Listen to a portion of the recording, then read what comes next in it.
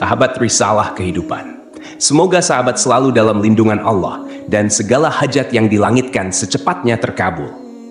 Langit dan bumi menjadi saksi bisu akan sebuah kisah penciptaan yang agung, manusia pertama yang mulia, yang diciptakan dengan kasih dan kebijaksanaan Allah Subhanahu wa Ta'ala. Manusia pertama yang diciptakan oleh Allah dengan tangannya sendiri untuk mengemban amanah sebagai nabi pertama yang dipilih Allah guna menyampaikan tauhid sekaligus menjadi pemimpin pertama di muka bumi. Allah memberitahukan keinginannya untuk menciptakan Adam dan keturunannya yang saling menggantikan peran satu sama lain. Dalam surat Al-Baqarah ayat 30, Allah berfirman, "Ingatlah ketika Tuhanmu berfirman kepada para malaikat, sesungguhnya aku hendak menjadikan seorang khalifah di muka bumi." Mereka berkata, "Mengapa engkau hendak menjadikan khalifah di bumi itu orang yang akan membuat kerusakan padanya dan menumpahkan darah? Padahal kami senantiasa bertasbih dengan memuji engkau dan mensucikan engkau." Tuhan berfirman, "Sesungguhnya aku mengetahui apa yang tidak kamu ketahui." Para malaikat bertanya untuk mencari tahu dan mengungkap hikmah di balik penciptaan Adam dan keturunannya. Bukan untuk membantah, menghina, atau mendengki terhadap keturunan Adam seperti yang dipahami oleh sebagian mufasir. Mereka berkata, "Apakah engkau hendak menjadikan orang yang merusak dan menumpahkan darah di sana?" Sebelum saya melanjutkan, mohon tonton video ini sampai selesai agar tidak ada kesalahpahaman dalam memahami isi cerita. Jangan lupa subscribe, like, dan berikan komentar positif agar kisah ini semakin naik dan tersebar. Sahabat risalah kehidupan. Kerusakan dan pertumpahan darah sudah pernah terjadi sebelum Adam diciptakan. Hal itu dilakukan oleh para jin dan hen, sekelompok jin. Jin sudah ada 2000 tahun sebelum Adam diciptakan. Mereka saling menumpahkan darah hingga akhirnya Allah mengirim pasukan malaikat untuk menghalau mereka ke semenanjung-semenanjung lautan. Menurut pendapat lain, para malaikat mengatakan hal tersebut karena mereka tahu bahwa makhluk yang diciptakan dari unsur bumi biasanya berwatak seperti itu. Namun Allah menjawab pertanyaan para malaikat, "Aku mengetahui apa yang tidak kamu ketahui," yakni mengetahui maslahat besar di balik penciptaan manusia yang tidak mereka ketahui. Maksudnya, di antara manusia akan muncul para nabi, rasul, siddiqin, dan syuhada. Allah menjelaskan sisi kemuliaan Adam terkait ilmu yang melebihi malaikat. Dan dia ajarkan kepada Adam nama-nama benda semuanya.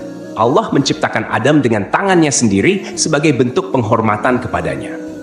Dia menciptakan Adam dari tanah liat kering, dari lumpur hitam yang diberi bentuk, kemudian meniupkan ruh ciptaannya pada Adam. Ketika ruh ditiupkan, Adam bersin dan mengucapkan, "Alhamdulillah," memuji Allah atas izinnya. Allah kemudian menjawab, "Semoga Rabbmu merahmatimu. Hampirilah segolongan malaikat yang sedang duduk, lalu ucapkan salam kepada mereka." Adam kemudian mengucapkan, "Assalamualaikum." Para malaikat menjawab, "Waalaikumsalam warahmatullah." Setelah itu, Adam kembali menghadap Rabbnya. Allah berfirman, "Itulah ucapan salammu dan ucapan salam antara kamu dan mereka." Lalu Allah berfirman dengan kedua tangannya menggenggam, "Pilihlah mana saja yang kau kehendaki." Adam berkata, "Aku memilih tangan kanan Rabbku." Kedua tangan Allah adalah kanan dan penuh berkah. Setelah itu, Allah membuka kedua telapak tangannya. Di dalamnya ada Adam dan seluruh keturunannya. Adam bertanya, "Ya Rabb, siapa mereka?" Allah menjawab, "Mereka adalah keturunanmu." Usia masing-masing keturunan Adam tertulis di antara kedua mata mereka.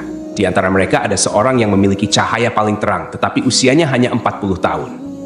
Adam bertanya, "Ya Rabb, siapa dia?" Allah menjawab, "Dia anakmu, Daud." Allah menetapkan usianya 40 tahun. Nabi Adam alaihissalam berkata, "Ya Rabb, tambahkan usianya." Allah menjawab, "Itu sudah ditetapkan untuknya." Nabi Adam alaihissalam berkata, "Aku tambahkan 60 tahun dari usiaku." "Baik, silakan kau tinggal di surga," jawab Allah. Nabi Adam alaihissalam kemudian tinggal di surga selama yang dikehendaki Allah. Nabi Adam alaihissalam selalu menghitung usianya. Suatu ketika, malaikat maut datang. Nabi Adam alaihissalam berkata kepadanya, "Kau terburu-buru, Allah menetapkan usiaku 1000 tahun. Malaikat menjawab, "Betul, tapi 60 tahun diantaranya sudah kau berikan untuk anakmu Daud." Nabi Adam alaihissalam mengingkari hingga keturunannya memiliki sifat ingkar. Nabi Adam alaihissalam lupa hingga keturunannya pun memiliki sifat lupa. Sejak saat itu diperintahkan untuk membuat catatan dan menghadirkan sejumlah saksi. Nabi Adam alaihissalam diciptakan dari tanah yang diambil dari berbagai hamparan bumi. Warna-warni tanah tersebut menjadi alasan mengapa keturunan Nabi Adam alaihissalam lahir dengan beragam warna kulit hingga saat ini. Variasi ini mencerminkan kebesaran Allah Subhanahu wa Ta'ala dalam menciptakan keanekaragaman manusia. Tinggi Nabi Adam alaihissalam 60 hasta atau sekitar 27,43 meter yang sering dibulatkan menjadi 30 meter dengan lebar 7 hasta. Hal ini sejalan dengan penelitian yang dimuat dalam jurnal Hamadaha Yisrael Beanglit Velvret yang menyatakan tinggi rata-rata manusia zaman dahulu 90 kaki atau sekitar 27,43 meter. Namun, ukuran tubuh manusia terus mengalami penyusutan secara bertahap hingga saat ini. Tentunya, Allah Subhanahu wa Ta'ala memiliki alasan terbaik terkait penyusutan tubuh manusia, karena rencananya selalu yang paling hebat. Meskipun manusia saat ini tidak memiliki postur tubuh setinggi Nabi Adam alaihissalam, Rasulullah Shallallahu alaihi wasallam menyampaikan kabar bahwa penghuni surga nantinya akan memiliki postur tubuh seperti nenek moyang mereka, yaitu Nabi Adam alaihissalam. Rasulullah Shallallahu alaihi wasallam bersabda, "Sesungguhnya tinggi badan para penghuni surga ketika mereka memasuki surga adalah 60 hasta, seperti pohon kurma yang tinggi. Mereka makan buah-buahan di surga sambil berdiri." Hadis riwayat Abu Naim.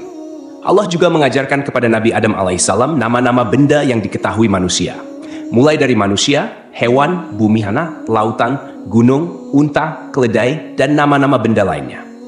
Allah juga mengajarkan tentang lembaran, takdir, dan lainnya. Allah mengingatkan hal ini dalam surat Syad ayat 71-78. Ingatlah ketika Rabb-mu berfirman kepada malaikat, "Sesungguhnya aku akan menciptakan manusia dari tanah. Kemudian apabila telah aku sempurnakan kejadiannya, dan aku tiupkan ruh ciptaanku kepadanya, maka tunduklah kamu dengan bersujud kepadanya."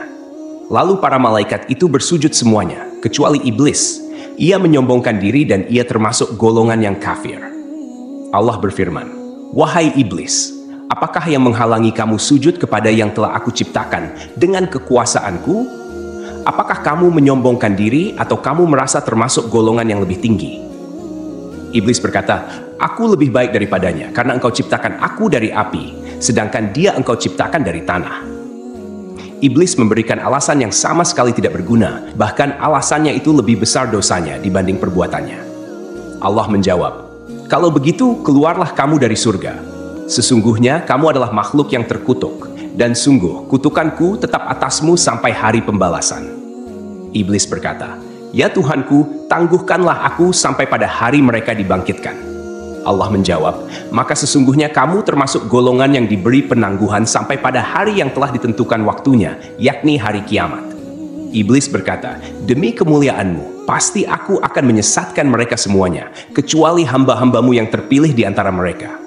Allah berfirman, "Maka yang benar adalah sumpahku.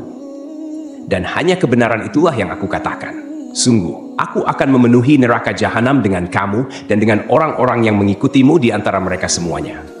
Hasan al-Basri menuturkan, iblis sama sekali bukan golongan malaikat. Pada mulanya, iblis berasal dari golongan jin.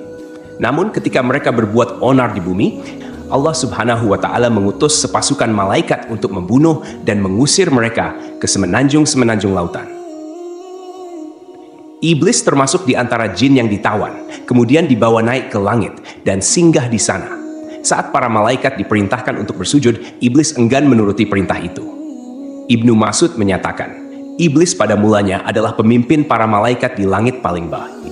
Ibnu Abbas menambahkan, namanya Azazil. Riwayat lain menyebutkan, namanya Harits. Ada juga yang menyatakan bahwa iblis berasal dari salah satu golongan malaikat bernama jin, yang bertugas menjaga surga. Ia termasuk yang paling mulia, paling banyak ilmu dan ibadah di antara mereka, serta memiliki 4 sayap. Namun, kemudian Allah Subhanahu wa Ta'ala mengubah wujudnya menjadi setan yang terkutuk. Iblis turun dan keluar meninggalkan kedudukan mulia yang ia raih karena ibadahnya, bahkan menyamai tingkatan para malaikat dalam ketaatan dan ibadah. Semua kemuliaan itu tercabut dan lenyap karena kesombongan, kedengkian, dan penolakannya terhadap perintah Rabb.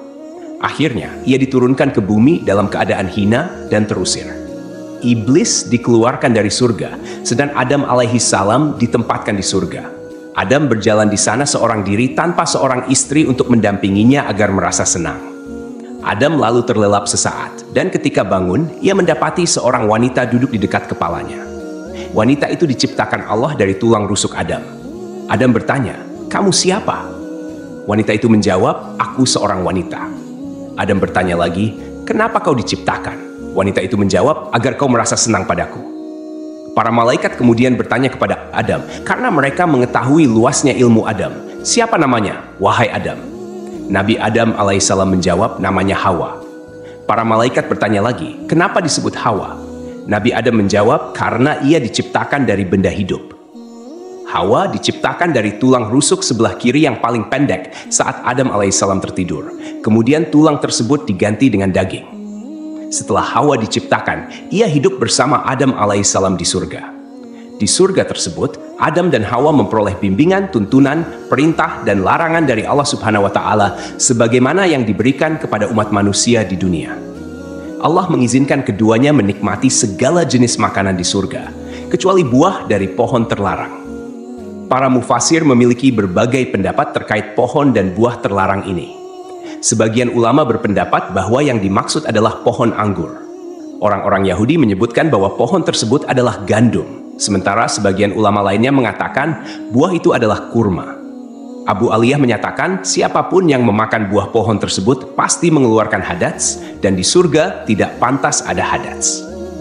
Perbedaan pendapat ini intinya hampir sama. Allah sengaja tidak menyebutkan buah apa yang dimaksud, karena andai ada maslahat di balik penyebutan namanya, tentu sudah disebutkan oleh Allah.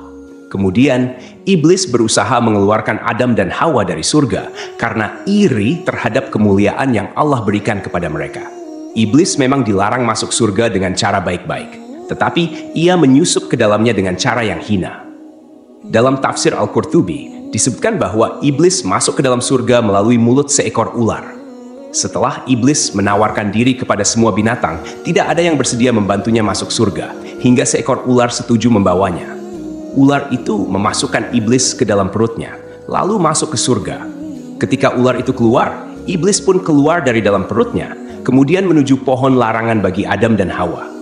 Dengan tipu daya, bujuk rayu, dan bisikan jahat, iblis berkata kepada Adam, "Wahai Adam, maukah aku tunjukkan kepadamu sebuah pohon yang jika kau makan buahnya, kau akan kekal dalam kenikmatan yang kau rasakan, dan kau akan tetap berada dalam kerajaan yang tiada akan pernah lenyap? Rabbmu hanya melarang kamu berdua mendekati pohon ini dan makan buahnya, agar kalian tidak menjadi seperti malaikat yang kekal." Artinya, jika kalian berdua memakan buah itu, kalian akan menjadi malaikat atau kekal selamanya di surga. Setan bersumpah kepada keduanya, "Sesungguhnya aku ini benar-benar termasuk para penasihatmu." Setan membujuk mereka dengan tipu daya. Ia pertama kali mempengaruhi Hawa. Ia membawa pohon itu ke hadapan Hawa seraya berkata, "Lihatlah pohon ini, baunya harum, rasanya lezat, dan warnanya indah." Setan terus mempengaruhi Hawa, hingga Hawa akhirnya mengambil buah pohon itu dan memakannya. Hawa lebih dahulu memakan buah pohon tersebut, dan dialah yang menyebabkan Adam alaihissalam memakannya. Kata Hawa kepada Adam, "Makanlah, aku sudah makan." Maka Adam pun makan dari pohon itu. Ketika mereka mencicipi buah pohon tersebut, tampaklah aurat mereka. Saat itu kedua mata Adam dan Hawa terbuka, dan mereka menyadari bahwa mereka telanjang. Mereka pun segera mencari dedaunan pohon tin untuk menutupi aurat mereka. Melihat auratnya, Adam berlari di surga, hingga sebuah pohon mengait rambutnya. Adam mencabut rambutnya, lalu Allah Ar-Rahman memanggilnya, "Hai Adam, apa kau melarikan diri dariku?" Adam menjawab, "Ya Rabb, aku tidak melarikan diri darimu, tetapi aku malu." Jibril kemudian melepas tiara dari kepala Adam, dan Mikail melepas mahkota dari keningnya. Allah berfirman, "Bukankah aku telah melarang kamu dari pohon itu, dan aku telah mengatakan bahwa sesungguhnya setan adalah musuh yang nyata bagi kamu berdua?" Adam dan Hawa berkata, "Ya Rabb kami telah menzalimi diri kami sendiri." Setelah menyadari kesalahan mereka, Adam dan Hawa memohon pertaubatan kepada Allah. Allah menerima taubat mereka, namun tetap memberikan hukuman atas pelanggaran yang telah dilakukan. Keduanya dikeluarkan dari surga dan diturunkan ke bumi. Allah berfirman, "Turunlah kalian dari surga menuju bumi, dan kalian akan menjadi musuh satu sama lain. Kalian akan memiliki tempat tinggal di bumi sampai batas waktu tertentu. Al-A'raf. Ular yang membawa iblis ke dalam surga juga dilaknat. Kakinya dilenyapkan sehingga menjadi bagian dari perutnya dan dijadikan permusuhan antara ular dengan manusia. Karena itulah kita diperintahkan untuk membunuh ular. Rasulullah Shallallahu Alaihi Wasallam bersabda, hari terbaik yang matahari terbit pada hari itu adalah hari Jumat. Pada hari itu Adam diciptakan, pada hari itu ia dimasukkan ke surga, dan pada hari itu ia dikeluarkan darinya. Para ulama memiliki pendapat berbeda mengenai lokasi diturunkannya Adam dan Hawa di bumi. Pendapat mayoritas menerima bahwa Adam dan Hawa diturunkan di dua tempat yang berbeda, lalu kemudian bertemu di Arafah. At-Tabari, At-Tabrani, Abu Nuaim, dan Ibnu Asakir meriwayatkan bahwa Adam alaihissalam diturunkan ke bumi di India. Pendapat ini berdasarkan hadis dari Abdullah bin Umar dan Abdullah bin Abbas. Sementara itu, menurut pendapat ini, Hawa diturunkan di Jeddah. Riwayat lain menyebutkan bahwa Adam dan Hawa diturunkan di Syafa dan Marwah. Adam di Syafa, sedangkan Hawa di Marwah. Al-Auza'i meriwayatkan bahwa Adam tinggal di surga selama 100 tahun. Riwayat lain menyebutkan bahwa ia tinggal selama 60 tahun, menangisi surga selama 70 tahun, menangisi kesalahannya selama 70 tahun, dan menangisi anaknya yang terbunuh selama 40 tahun. Hadis riwayat Ibnu Asakir menyebutkan bahwa hari penciptaan Adam dan hari ia dikeluarkan dari surga sama-sama terjadi pada hari Jumat. Jika hari itu dihitung dengan ukuran hari dunia, maka pendapat ini masih memerlukan kajian lebih lanjut. Sebagian ulama mengatakan bahwa jika Adam dikeluarkan dari surga pada hari yang berbeda dengan hari ia diciptakan, atau jika ukuran hari di surga setara dengan 6.000 tahun hari dunia, sebagaimana yang diriwayatkan dari Ibnu Abbas, Mujahid, dan Dahak, serta dipilih oleh Ibnu Jarir, maka Adam tinggal di surga dalam jangka waktu yang sangat lama. Ibnu Jarir menjelaskan bahwa Adam diciptakan pada saat-saat terakhir hari Jumat, yang lamanya setara dengan 83 tahun 4 bulan dalam hitungan waktu dunia. Karena pada saat Adam masih berbentuk tanah yang berwujud dan ruh belum ditiupkan, ia bertahan selama 40 tahun dalam kondisi seperti itu. Selanjutnya, Adam berada di surga sebelum diturunkan dari sana selama 43 tahun. Wallahu alam. Allah menurunkan Adam dari surga ke bumi dan mengajarkan segala kerajinan padanya. Allah membekali Adam dengan buah surga, hanya saja buah-buahan dunia berubah, sementara buah-buahan surga tidak berubah. Allah berfirman, "Wahai Adam, sungguh aku memiliki tanah haram tepat sejajar dengan arsiku, maka pergilah lalu bangunkan sebuah rumah untukku di sana, lalu kelilingilah rumah itu seperti para malaikat mengelilingi arsiku." Allah kemudian mengutus seorang malaikat kepada Adam, memberitahukan tempatnya, mengajarkan manasik-manasiknya padanya, dan menyampaikan padanya bahwa setiap ayunan langkah kaki Adam menjadi ibadah yang mendekatkan diri padanya setelah itu. Diriwayatkan pula dari Ibnu Abbas, makanan pertama yang dimakan Adam di bumi berawal dari Jibril. Jibril datang dengan membawa 7 biji gandum. Adam bertanya, "Apa ini?" Jibril menjawab, "Ini adalah pohon yang dilarang untuk kau makan, lalu kau makan." "Apa yang harus aku lakukan dengan biji-bijian itu?" tanya Adam. "Tanamlah di bumi," jawab Jibril. Adam kemudian menanam biji-bijian gandum tersebut. Berat setiap bijinya lebih dari berat 100.000 biji gandum dunia. Gandum kemudian tumbuh. Adam lalu memanennya. Setelah itu Adam memisahkan kulit dan isi biji-biji gandum, kemudian menampi. Setelah itu ia tumbuk, membuat adonan, dan ia jadikan roti. Setelah melalui jerih payah yang cukup melelahkan, Adam memakannya. Pakaian pertama Adam dan Hawa berasal dari bulu domba. Adam menggerus bulu-bulu domba, lalu ia tenun dan dibuat jubah untuk ia kenakan, serta baju panjang dan kerudung untuk Hawa. Setelah bertemu dan kembali menjalani kehidupan berdua sebagai pasangan suami istri, mereka dikaruniai keturunan. Saat itu, setiap Hawa akan melahirkan, akan selalu lahir anak kembar laki-laki dan perempuan. Kelahiran anak kembar pertama diberi nama Kabil dan Iklima. Kemudian kelahiran anak kembar kedua diberi nama Habil dan Labuda. Ketika anak-anak Nabi Adam dan Hawa tumbuh dewasa, mereka pun memiliki karakter dan sifat yang berbeda. Kabil mempunyai sifat yang keras, sedangkan Habil mempunyai sifat yang lebih lemah lembut dan sabar. Kemudian, anak perempuan Iklima menjadi remaja yang memiliki paras yang cantik, sementara Labuda biasa-biasa saja. Seiring bertambahnya usia, mereka mulai tertarik pada lawan jenis. hingga Allah menurunkan kepada Nabi Adam dan Hawa bahwa keempat anaknya harus dinikahkan sesuai aturan yang tidak memperbolehkan pernikahan dengan anak kembar.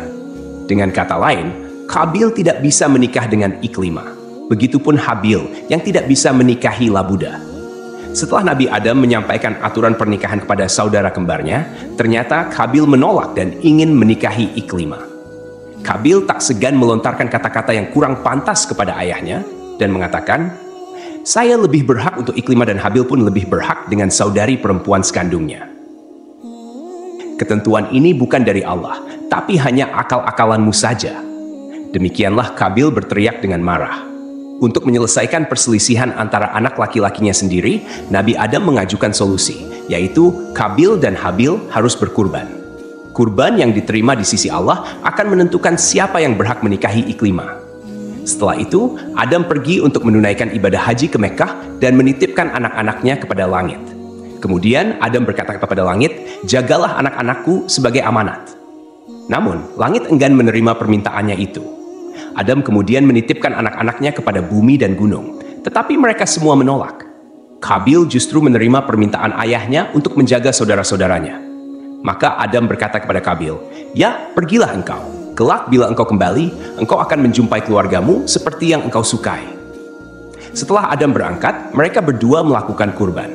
Qabil, seorang petani sombong, menyiapkan seikat gandum dengan kualitas yang jelek. Sedangkan Habil, seorang peternak, menyiapkan seekor kambing gemuk untuk dikorbankan. Kurban keduanya disimpan di tengah lapangan. Dan tak lama kemudian, Allah menurunkan api yang memakan kurban Habil, sementara kurban milik Qabil dibiarkan. Artinya, Allah menerima kurban Habil dan Habil diperbolehkan menikah dengan Iklimah. Suatu malam, Habil tidak kunjung pulang mengembala kambing. Adam kemudian mengutus Qabil untuk melihat apa yang membuatnya terlambat pulang. Setelah mencari-cari, Qabil bertemu Habil. Qabil berkata pada Habil, "Kurbanmu diterima sementara kurbanku tidak." Habil menyahut, "Sesungguhnya Allah hanya menerima amal dari orang yang bertakwa. Sungguh, jika engkau, Qabil, menggerakkan tanganmu kepadaku untuk membunuhku, aku tidak akan menggerakkan tanganku kepadamu untuk membunuhmu. Aku takut kepada Allah, Rabb seluruh alam." Habil sebenarnya lebih kuat dari Qabil. Namun rasa berdosa mencegah Habil menggerakkan tangannya untuk membalas perlakuan serupa yang akan dilakukan saudaranya. "Sesungguhnya, aku ingin agar engkau kembali dengan dosa, membunuhku dan dosamu sendiri. Maka engkau akan menjadi penghuni neraka," ujar Habil. Qabil marah saat itu dan memukulkan benda tumpul yang ia bawa hingga Habil meninggal dunia. Peristiwa itu menjadi pembunuhan pertama di bumi. Kemudian, Iblis segera datang menemui Hawa dan berkata, "Hai Hawa, sesungguhnya Qabil telah membunuh Habil." Maka Hawa berkata kepadanya, "Celakalah kamu, apakah yang dimaksud dengan terbunuh itu?" Iblis menjawab, "Tidak makan, tidak minum, dan tidak bergerak." Hawa menjawab, "Kalau demikian, itu artinya mati." Iblis berkata, "Memang itulah mati." Maka Hawa menjerit hingga Adam masuk menemuinya, dan ia masih dalam keadaan menangis dan menjerit. Lalu Adam mengulangi lagi pertanyaannya, dan Hawa masih tidak menjawab. Maka Adam berkata, "Mulai sekarang kamu dan semua anak perempuanmu menjerit, dan aku serta semua anak lelakiku berlepas diri dari perbuatan itu." Karena ketakutan dan bingung, Qabil tidak tahu bagaimana cara menyembunyikan Habil yang sudah mati dan tidak hidup lagi. Qabil berusaha membuang ke laut, tetapi ombak mendorong tubuh Habil hingga ke tepian. Akhirnya, Qabil memohon ampun kepada Allah dan bertaubat atas segala perbuatannya. Sampai akhirnya, Qabil melihat seekor burung gagak di atas pohon dan seekor burung gagak mati. Burung gagak yang masih hidup membawa burung gagak yang mati itu ke tanah. Burung gagak itu kemudian membuat lubang di tanah dan mendorong gagak yang mati itu ke dalam tanah. Qabil akhirnya paham dan meniru cara burung gagak itu. Mengenai lokasi terbunuhnya Habil, menurut keterangan beberapa ulama, tempat tersebut berada di kawasan pegunungan Kasiyun. Sebelah utara Damaskus terdapat sebuah gua bernama Gua Dam. Gua ini dikenal sebagai tempat Qabil membunuh saudaranya, Habil. Mendengar kabar bahwa salah satu putranya telah meninggal, Nabi Adam pun dirundung kesedihan yang amat dalam. Selama setahun, dia tidak tertawa dan tidak bergaul dengan Hawa. Maka Allah berkata kepadanya, "Hai Adam, sampai kapan tangisan dan kesedihan ini? Sesungguhnya aku akan memberikan pengganti dari anak itu untukmu dengan anak terpercaya dan akan menjadi nabi." Allah menghapus laranya dengan menganugerahkan Nabi Adam dan Hawa seorang putra yang lahir tanpa saudara kembar bernama Sits, artinya karunia dari Allah. Kelak, Allah mengutusnya menjadi nabi kedua setelah kematian Nabi Adam. Dikisahkan, sebelum akhir hayatnya, Nabi Adam meminta putranya untuk membawakan buah dari surga. Adam menginginkan setandan buah anggur surga. Anak-anakannya kemudian mencarikan buah anggur untuknya, dan mereka berpapasan dengan para malaikat. Para malaikat bertanya, "Kalian hendak kemana, anak-anak Adam?" Mereka menjawab, "Ayah kami menginginkan setandan buah anggur surga." Malaikat berkata kepada mereka, "Kembalilah kalian, karena ayah kalian tidak lama lagi akan meninggal dunia. Kalian sudah tidak perlu lagi mencari buah itu." Lalu para malaikat mencabut nyawa Adam, memandikan, memberi kamper, dan mengafani jenazahnya. Jibril menyalatkan jenazahnya, dan para malaikat salat di belakangnya. Setelah itu, mereka mengubur jenazah Adam. Para malaikat selanjutnya berkata, "Inilah syariat kalian dalam mengurus jenazah." Kemudian sebelum pergi, dia berpesan agar kematian Adam menjadi pelajaran bagi umat.